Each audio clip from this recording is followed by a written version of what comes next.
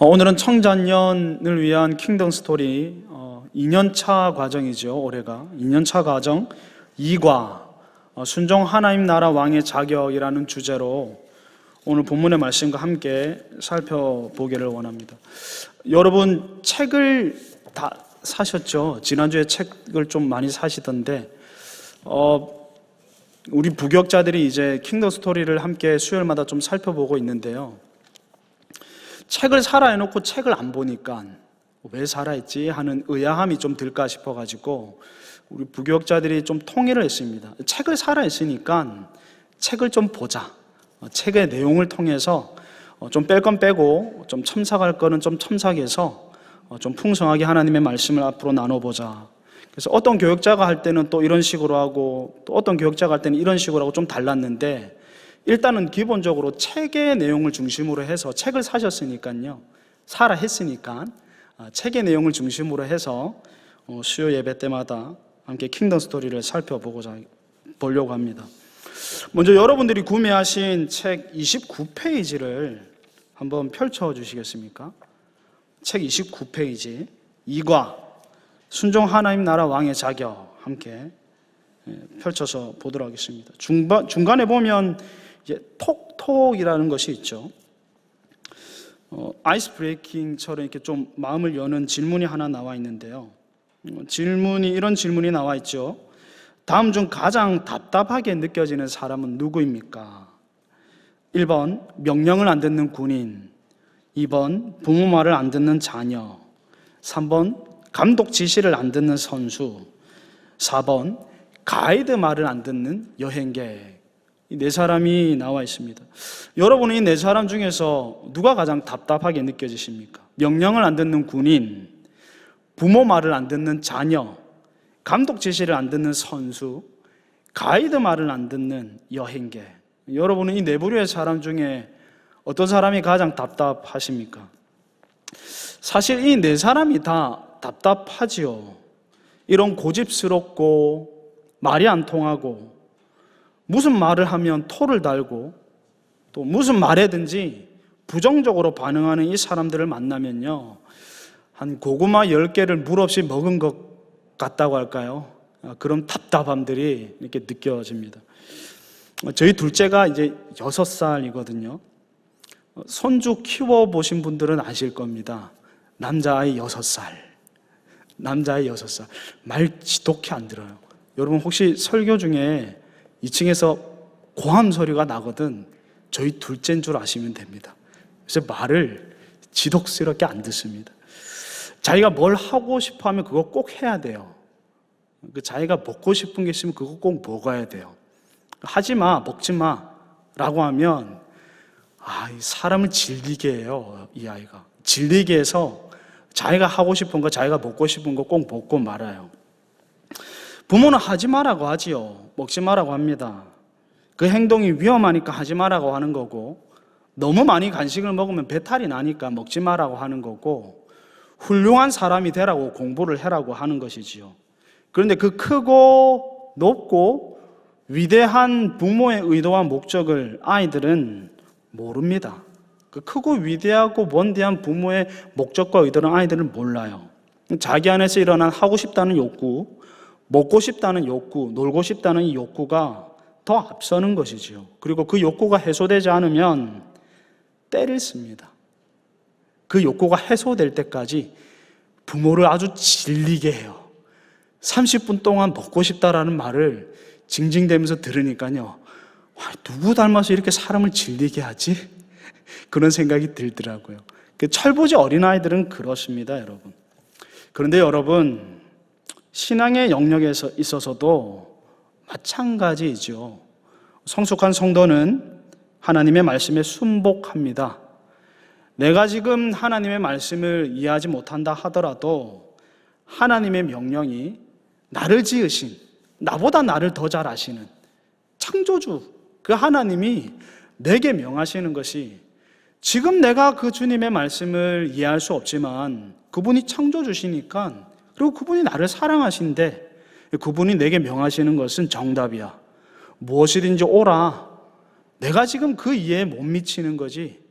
그분이 내게 하시는 말씀이 옳아, 그게 정답이야 라는 그 믿음 안에서 성숙한 성도는 순복합니다. 그 하나님의 말씀에 순복해요. 그러나 반대로 철부지 어린아이와 같은 성도들이 있어요. 그 성도들은 자신이 주도권을 쥐고요, 자기 본능과 자기 감정과 자기 욕구에 따라 행동합니다. 자신이 가진 능력, 지혜, 그리고 경험과는 비교도 할 수 없을 정도로 크고 원대하고 위대한 권위자 하나님이지요. 그 하나님의 말씀을 안 듣습니다. 철부지 어린아이는 그렇습니다.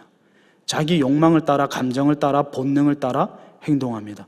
나 오늘 예배 드릴 기분 아니야, 예배 안 드리고요. 나 지금 기도할 상황이 아니야, 기도 안 하죠. 그 본능을 따라 행합니다. 철부지 어린아이와 같이. 미성숙한 성도는 본능과 감정을 따라, 상황을 따라 행동을 합니다. 여러분, 오늘 우리가 읽은 이 본문에 나오는 사울이라는 왕이 바로 그러했는데요.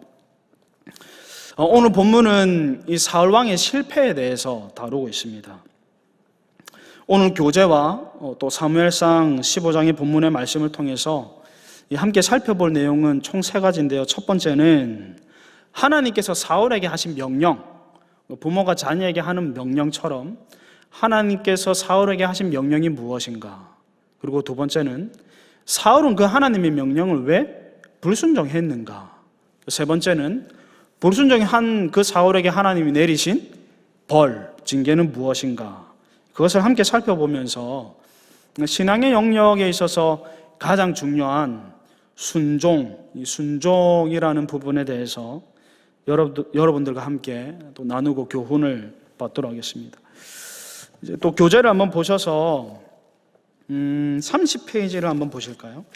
한 페이지 넘겨서 30페이지 한번 보도록 하겠습니다. 땅의 왕에게 내려진 하늘 왕의 명령, 제가 한번 읽어보겠습니다. 사무엘상 15장에는 듣다는 단어가 자주 나옵니다. 왕이신 하나님의 말씀을 듣고 순종하는 일이 아주 중요함을 알려줍니다. 여러분은 하나님의 말씀을 잘 듣고 계십니까? 하나님 나라 지도자는 하늘 왕의 명령을 듣고 그대로 순종해야 하나님 나라를 제대로 세울 수 있습니다. 그 하나님께서 이 하나님 나라의 대리 통치자인 왕, 이 사울에게 하신 하나님의 명령이 무엇인가?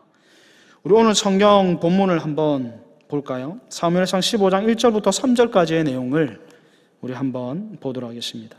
하나님께서 하나님 나라의 대리 통치자인 왕에게 주신 명령입니다. 사무엘이 사울에게 이르되 여호와께서 나를 보내어 왕에게 기름을 부어 그의 백성 이스라엘 위에 왕으로 삼으셨은즉 이제 왕은 여호와의 말씀을 들으소서. 만군의 여호와께서 이같이 말씀하시기를 아말렉이 이스라엘에게 행한 일 곧 애굽에서 나올 때에 길에서 대적한 일로 내가 그들을 벌하노니 지금 가서 아말렉을 쳐서 그들의 모든 소유를 남기지 말고 진멸하되 남녀와 소아와 젖먹는 아이와 우양과 낙타와 나귀를 죽이라 하셨나이다 하니. 여기 사울에게 하신 하나님의 명령이 나옵니다. 그 명령이 무엇입니까? 아말렉을 진멸해라 라는 것입니다. 진멸해라. 진멸하되 남녀, 소아, 젖먹는 아이, 우양, 낙타, 나귀, 남녀노소 불문하고 모든 짐승과 가축들까지 하나님이 죽이라고 명하십니다. 이 명령을 통해서 우리가 알 수 있는 한 가지 사실은 하나님께서 명하신 이 아말렉과의 전쟁은 단순히 세속 나라의 군주들이 자신의 야망을 가지고 벌이는 전쟁과는 다른 성격의 전쟁이라는 것이죠. 보통 전쟁을 일으키면 이 세속 군주들이 어떤 야망을 가지고 전쟁을 일으킵니까? 자신의 힘을 과시하기 위해서 전쟁을 일으키죠. 아니면 영토를 확장하기 위해서, 아니면 전쟁 물자를 탈취해서 나라를 부강하기 위해서 그런 세속적 야망을 가져서 전쟁을 일으키지 않습니까? 근데 하나님은 그런 세속 군주들이 가진 야망을 따라서 일으키는 전쟁이 아닙니다. 오늘 본문에 나오는 전쟁은 그런 전쟁이 아니에요. 전리품 취하지 마라 라고 하잖아요. 하나님께서 일으키는 이 전쟁은 세속 군주들이 일으키는 전쟁과는 그 결이, 그 성격이 다릅니다. 목적이 달라요. 그럼 이 전쟁의 목적은 뭐냐? 이 전쟁의 목적은 바로 아말렉을 향한 심판과 징벌을 목적으로 하는 전쟁입니다. 2절을 한번 보실까요? 2절에 보면 이 전쟁의 목적이 분명히 나오지요. 2절 중반부부터 한번 보시면 아말렉이 이스라엘에게 행한 일, 곧 애굽에서 나올 때 길에서 대적한 일로 내가 그들을 벌한다, 이렇게 얘기를 합니다. 벌한다. 그러니까 하나님께서 명령하시는 이 전쟁은 아말렉을 향한 징벌, 아말렉을 향한 심판으로서의 전쟁입니다. 특별히 하나님이 언급하시는 것은 아말렉이 이스라엘 백성들에게 행한 일, 곧 애굽에서 나올 때에 길에서 대적한 일에 대한 심판으로서, 징벌로서 이 전쟁을 일으키는 것이죠. 여기에 나오는 아말렉이 이스라엘 백성들에게 행한 일은 출애굽기 17장에 나오는 내용을 배경으로 하는데요. 여러분, 출애굽기 17장을 보면 15장에 보면 이스라엘 백성들이 출애굽하거든요. 그리고 홍해를 건널 때 하는 찬양이 이제 15장, 16장 걸쳐서 나오죠. 그 17장에 보면 어떤 내용이 나오냐면 아말렉이 출애굽한 이스라엘 백성들을 공격하는 내용이 나옵니다. 이제가 출애굽한 이스라엘 백성들, 전쟁 무기도 없고 전술도 없고 군대도 없는 이 이스라엘 백성들을, 이 힘없는 이스라엘 백성들을 공격하는 내용이 나옵니다.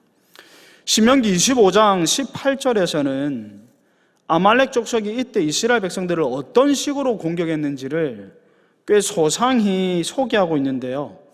이런 기록이 이제 신명기 25장 18절에 기록되어져 나옵니다.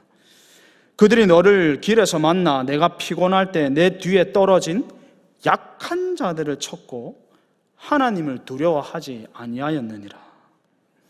그들이 너를 길에서 만나 너가 피곤할 때 내 뒤에 떨어진 약한 자들을 쳤다라고 얘기를 합니다. 그러니까 굉장히 비열하게 공격을 한 것이지요. 굉장히 치졸하게 이스라엘 백성들을 공격한 것입니다. 아무런 힘도 없는 유랑민족인 이스라엘 백성들, 애굽의 극심한 종살이에서 이제 간 노연한 아무것도 가진 것이 없는 힘없는 이스라엘 백성들을 약탈하되 그 공동체 무리 중에서 힘이 없어 뒤처진 자들, 공동체 무리 중에서 힘이 없어 뒤처진 자들 누구겠습니까? 노인이죠. 여자입니다. 그리고 아이들입니다. 공동체 무리에서 힘없어 뒤처진 자들을 약탈했다, 먼저 쳤다는 것이죠. 그들의 이러한 행위가 아주 야비하고 비열합니다. 도덕적으로 윤리적으로 옳지 않다라는 것입니다. 무엇보다 하나님께서 문제를 삼은 것은 그들의 야비하고 비열한 행위도 행위이지만 그들 안에 하나님에 대한 두려움이 없었음을 문제로 삼거든요. 신명기 25장 18절을 한번 9절을 한번 띄워주시겠어요? 제가 준비를 했는데 신명기 25장 18절을 보면 이렇게 나와 있죠. 곧 그들이 너를 길에서 만나 내가 피곤할 때 뇌 뒤에 떨어진 약한 자들을 쳤고, 하나님이 문제를 삼은 것은 이겁니다. 하나님을 두려워하지 않았다. 하나님을 두려워하지 않았다. 여러분, 이스라엘 백성들이 출애굽한 사건은요, 보통 사건이 아닙니다. 여러분, 출애굽 사건은요, 당시 고대 근동 세계 전체를 뒤흔드는 아주 놀라운 사건이었습니다. 오죽하면 이스라엘 백성들이 40년 광야 생활을 다 돈 뒤에 가나안 땅에 입성할 때 2명의 정탐꾼을 먼저 보내지 않습니까? 그 2명의 정탐꾼이 여리고성에 들어가서 기생 라합을 만나게 됩니다. 그 기생 라합의 입을 통해서 그들이 듣게 되는 소식은 무슨 소식이냐면 우리가 너희로 말미암아 심히 두려워하였고 이 땅에 사는 민족들이 간담이 서늘했다, 간담이 녹았다, 이런 표현을 하거든요. 그러니까 이스라엘 백성들이 출애굽한 이 사건은 40년 전에 일어난 그 사건인데, 그 사건은 할아버지 세대 그리고 아버지 세대에서 계속 회자되다가 40년 후인 이 기생 라합에게까지 이 출애굽 사건은 전해 내려오는 전설과도 같은, 전설과도 같은 사건이었고, 그 사건으로 인하여서 우리 민족이 간담이 서늘했다, 너희들로 인하여서 두려워했다라는 소식을 듣게 되죠. 출애굽 사건은 그냥 단순한 출애굽 사건이 아니라 그 당시 고대 근동 사회를 뒤흔든 사건이었고, 그 탓에 이스라엘 백성들을 공격하는 민족이 없었습니다. 저것들은 공격하면 안 돼. 저것들 뒤에는 하나님이 계셔. 야훼 하나님이 계셔. 그분은 능력의 편팔과 큰 손으로 10가지 재앙을 일으키신 분이야. 홍해를 가르신 분이야. 그 당시 이집트는요, 오늘날로 치면 미국과 버금가다고 할까요? 문명이 찬란했죠. 그 당시 세계 1등 국가였습니다. 군사력, 경제력, 그 당시 이집트는 세계 1등 국가였어요. 그 이집트 파라오, 태양신 라의 현현이라고 하던 그 파라오의 군대들을 홍해에 수장시키신 분이야. 이스라엘 건들면 안 돼. 이것이 그 당시 고대 근동에 있는 나라의 민족들이 가지고 있는 인식이었습니다. 그래서 이스라엘 백성들이 40년 광야 생활을 돈 뒤에 이제 애굽으로 진군할 때 에돔과 모압과 암몬이라는 나라가 있었는데, 그 에돔과 모압과 암몬이 빗장을 풀어서 자신들의 나라 한복판을 횡단하게 해줘요. 문을 열어줘요. 그 250만 명이어야 되는 이스라엘 백성들을. 왜요? 40년 광야 생활하는 그 유랑민족을 그 누구도 공격할 생각을 안 해요. 왜요? 그들 뒤에는 하나님이 있거든요. 그래서 이스라엘 백성들을 공격한 민족이 없어요. 민수기 어디를 찾아봐도. 유일하게 이스라엘 백성들을 공격한 민족이 있는데요, 그 민족이 누구냐면 바로 아말렉입니다. 유일하게 아말렉만이 이스라엘을 건드렸습니다. 이스라엘 백성을 출애굽시키시고 그들을 편드시는 하나님에 대한 두려움이 그들에게는 없었던 것이죠. 그 하나님에 대한 두려운 마음 없이 그 아말렉 민족은 이스라엘 백성들을 건드리되, 그것도 비열하게 무리 중에 가장 약한 사람들을 건드린 것이죠. 하나님은 오늘 본문에서 그 아말렉을 심판하십니다. 심판하세요. 비겁하고 비열한 민족, 악하고 약하고 힘없는 자들을 향해 칼을 빼어든 민족, 하나님을 대적하는 이 교만한 아말렉 민족을 하나님이 심판하시는 것입니다. 때문에 이 전쟁은 영토 확장이나 노예 탈취와 같은 국가의 경제적인 이득을 목적으로 하는 세속의 전쟁과는 그 목적이 다르고 의도가 다르고 계획이 다릅니다. 때문에 하나님은 전리품 취하면 안 돼. 전리품 취하면 안 돼. 하나님은 그것을 명하십니다. 다 진멸해라 라고 명하십니다. 사울은 이러한 하나님의 명령을 듣고 순종을 해야 합니다. 순종을 해야 하지요. 오늘 교재 30페이지를 또 한번 계속해서 볼까요? 30페이지 두 번째 단락의 네 번째 줄을 한번 보실까요? 제가 한번 읽어볼게요. 대리 통치자로서, 사울은 대리 통치자로서 하나님이 내리시는 명령을 듣고 순종해야 합니다. 사울이 다스리는 나라는 하나님의 나라이기 때문입니다. 사울의 나라가 아니라 하나님의 나라요. 자신은 하나님의 나라를 대신하여 다스리는 인간 왕에 불과하기 때문에 하나님의 명령에 그는 순종해야 합니다. 하나님 뜻이 이루어질 때 이스라엘은 가장 행복할 수 있기 때문입니다. 하나님의 대리 통치자인 사울은 그 하나님의 명령에 순복해야 합니다. 그런데 사울은 어떻게 합니까? 9절을 한번 보실까요? 오늘 본문 9절을 한번 보도록 하겠습니다. 사울과 백성이 아각과 그의 양과 소의 가장 좋은 것 또는 기름진 것과 어린 양과 모든 좋은 것을 남기고 진멸하기를 즐겨하지 아니하고 가치없고 하찮은 것을 진멸했다라고 얘기를 합니다. 여러분, 하나님의 명령은 확고합니다. 그들의 모든 소유를 남기지 말고 전리품 취하지 말고 진멸해라. 좋은 것이든 안 좋은 것이든 품질이 좋은 것이든 상한 것이든 그거 따지지 말고 다 진멸해라. 그 하나님의 심판이다. 너는 하나님의 심판의 대행자로서 하나님의 심판을 집행해야 한다. 하나님의 명령을 확고합니다. 그러나 사울은 그들의 가축들 중에서 품질이 좋은 것, 그것들은 살려둡니다. 전리품으로 취한 것이지요. 그리고 하등하고 볼품없는 것들은 죽입니다. 이 부분에 대해서 사무엘이 사울에게 와서 추궁하죠. 추궁하니까 그가 뭐라고 합니까? 15절을 한번 보실까요? 사무엘의 추궁에 대해서 사울이 하는 말입니다. 사울이 이르되 당신의 하나님 여호와께 제사하려 하여 양들과 소들 중에서 가장 좋은 것들을 남겼습니다. 사울이 변명합니다. 하나님께 제사하려고 남겼습니다. 하나님께 제사하려고 남겼습니다. 변명합니다. 그러자 사무엘이 지난밤에 하나님께서 자신에게 주신 계시를 들려주면서 그에게 따지죠. 사울 왕이요, 하나님께서 당신을 왕으로 삼았을 때 당신은 그렇게 겸손하지 않았습니까? 당신이 스스로 작게 여길 그때 하나님께서 당신을 이스라엘의 왕으로 삼지 않았습니까? 여러분, 그 사무엘상 10장 22절을 보면 사무엘이 이스라엘 백성들 중에서 왕을 선출하거든요. 왕을 선출할 때 제비 뽑기를 합니다.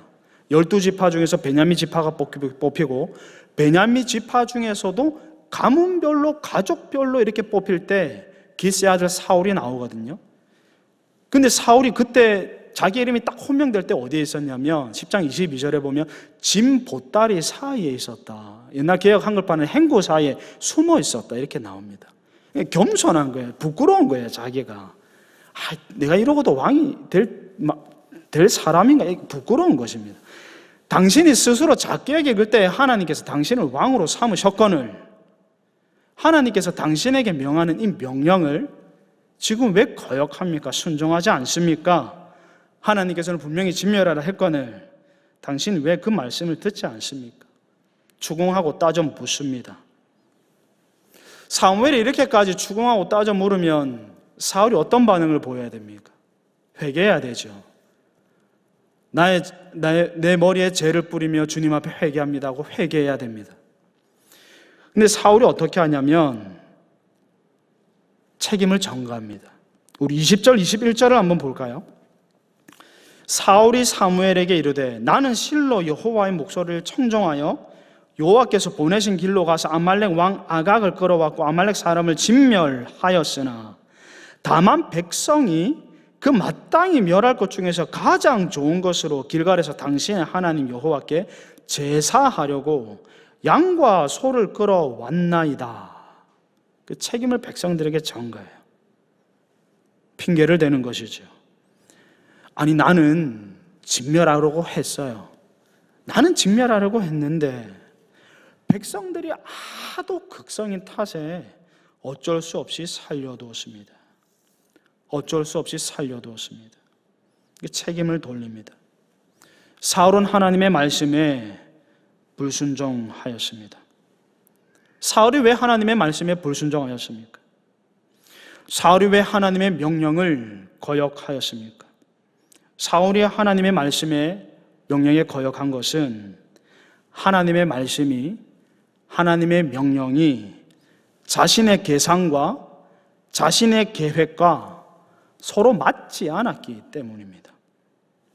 사울이 가진 계산은 무엇이었습니까? 사울이 가진 계획은 무엇이었습니까?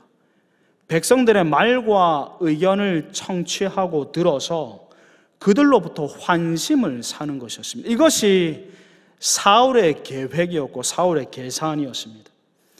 그래서 백성들로부터 환심을 얻어 오랫동안 자신의 왕권을 유지하는 것, 그것이 사울의 계산이고 사울의 계획이었지요. 그리고 자신이 이 많은 전쟁 전리품을 가지고 귀환하면 백성들로부터 자신의 강함과 용맹스러움을 나타낼 수 있습니다. 자신이 가져온 그 많은 제사 제물들로 희생 제물을 드리면 그것을 보는 이스라엘 백성들이 뭐라고 할까요? 와, 저 많은 희생 제물을 가져왔단 말이야? 와, 사울 대단하네.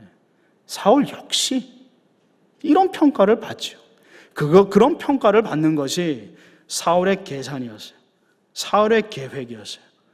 근데 하나님의 명령은 자신의 이러한 계획과 맞지 않는 거예요. 자신의 이러한 계산과 맞지 않는 것이지요. 그래서 그가 불순종합니다. 자신의 계획과 맞지 않아서, 자신의 계산과 맞지 않아서 불순종합니다. 하나님은 그것을 아시죠? 왜요? 하나님은 키와 용모를 보시는 분이 아니라 우리의 심령 패부를 꿰뚫어 보시는 분이시거든요. 우리 마음의 숨은 의도를 보시는 분이십니다. 하나님은. 그래서 하나님은 아세요. 그 안에 깃든 은밀한 욕망과 그의 교만을 아셨습니다. 그래서 하나님은 사무엘을 보내서 사울을 강하게 책망하십니다. 우리 오늘 본문 22절과 23절을 우리 다 같이 한번 읽어볼까요? 22절과 23절 하나님의 책망입니다. 읽어봅시다. 시작. 사무엘이 이르되 여호와께서 번제와 다른 제사를 그의 목소리를 청종하는 것을 좋아하심같이 좋아하시겠나이까? 순종이 제사보다 낫고 듣는 것이 순양의 기름보다 나으니 이는 거역하는 것은 점치는 죄와 같고 완고한 것은 사신 우상에게 절하는 죄와 같음이라. 왕이 여호와의 말씀을 버렸으므로 여호와께서도 왕을 버려 왕이 되지 못하게 하셨나이다 하니. 여러분, 하나님은 사울의 중심을 아셨습니다. 그의 내면에 하나님이 없다라는 것, 그의 내면에 하나님의 말씀이 없다라는 것 하나님은 아셨습니다. 물론 그에게는 종교적인 형태가 있었지요. 예배와 제사는 드렸습니다. 11조도 했을 테고요. 절기도 지켰을 것입니다. 전쟁을 할 때 하나님의 법궤도 가지고 나갔지요. 그러나 그 모든 예배와 제사, 종교적인 행위는 오로지 자신의 왕권을 강화하고 견고히 하는 수단에 불과했었습니다. 그래서 그는 성경을 보면요, 자신에게 이목이 집중되고 자신이 빛나야 할 순간에는 하나님 잠시 거기 다시 들어가시고 내가 나가겠습니다 이렇게 했어요. 제사를 드릴 때 번제 그 제사 제물에 불을 붙일 때 자신이 붙이잖아요. 자신에게 이목이 집중되도록. 그리고 전쟁을 하는데, 블레셋과 전쟁을 하는데 전쟁의 승패가 좀 자기들이 좀 져요. 좀 약해요. 그럴 때는 하나님의 법궤를 불러왔다가 전쟁의 이제 양상이 자신들이 승기를 잡기 시작할 때 다시 법궤를 넣으라고 합니다. 자신이 편할 때 하나님의 법궤를 동원하는 것이죠. 종교적인 형태는 있으나 그 종교라는 그 형태가 자신의 왕권을 강화하고 자신에게 이목을 쏟기 위한 수단에 불과했습니다. 그것이 사울입니다. 그렇습니다. 그는 하나님을 버렸습니다. 하나님의 말씀을 버렸습니다. 그래서 하나님도 그를 버렸습니다. 사랑하는 성도 여러분, 오늘 본문의 말씀과 킹덤 스토리 이과의 내용을 통해서 우리 자신을 돌아보길 원합니다. 나는 과연 주님께 순종하고 있는지를 진지하게 돌아보길 원합니다. 여러분, 기독교 신앙은 흥정이나 거래가 아닙니다. 다시, 기독교 신앙은 흥정이나 거래가 아닙니다. 기독교 신앙은 나의 욕망을 성취하기 위한 수단도 아닙니다. 헌금은 그래도 드리니까, 주일은 그래도 지키니까, 새벽 기도는 그래도 나오니까 하나님, 적어도 이것저것은 해줘야 됩니다. 내가 그래도 수요 예배는 나오니까 내 자식 좋은 대학은 보내주셔야 합니다. 그거 흥정입니다. 그거 거래예요.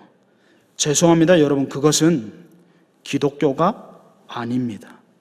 기독교 신앙의 핵심에는 순종이 있습니다. 여기서의 순종은 상명하달식의 기계적인 복종을 의미하는 것이 아니라 기독교의 순종은 내가 내 삶에서 내 손을 떼는 것입니다. 다시, 기독교의 순종은 내가 내 삶에서 내 손을 떼는 것입니다. 내 삶의 주도권과 결정권을 내가 가지지 않고 하나님께 드리는 것이죠. 어떤 중요한 일을 결정할 때 하나님, 무엇이 하나님의 뜻입니까? 묻는 것이죠. 아리송한 삶의 문제 앞에서 주변인들의 조언을 듣는 것이 아니라 성경을 보는 것입니다. 삶의 문제들 앞에서 주변인들의 조언을 듣는 것이 아니에요. 성경을 보는 것입니다.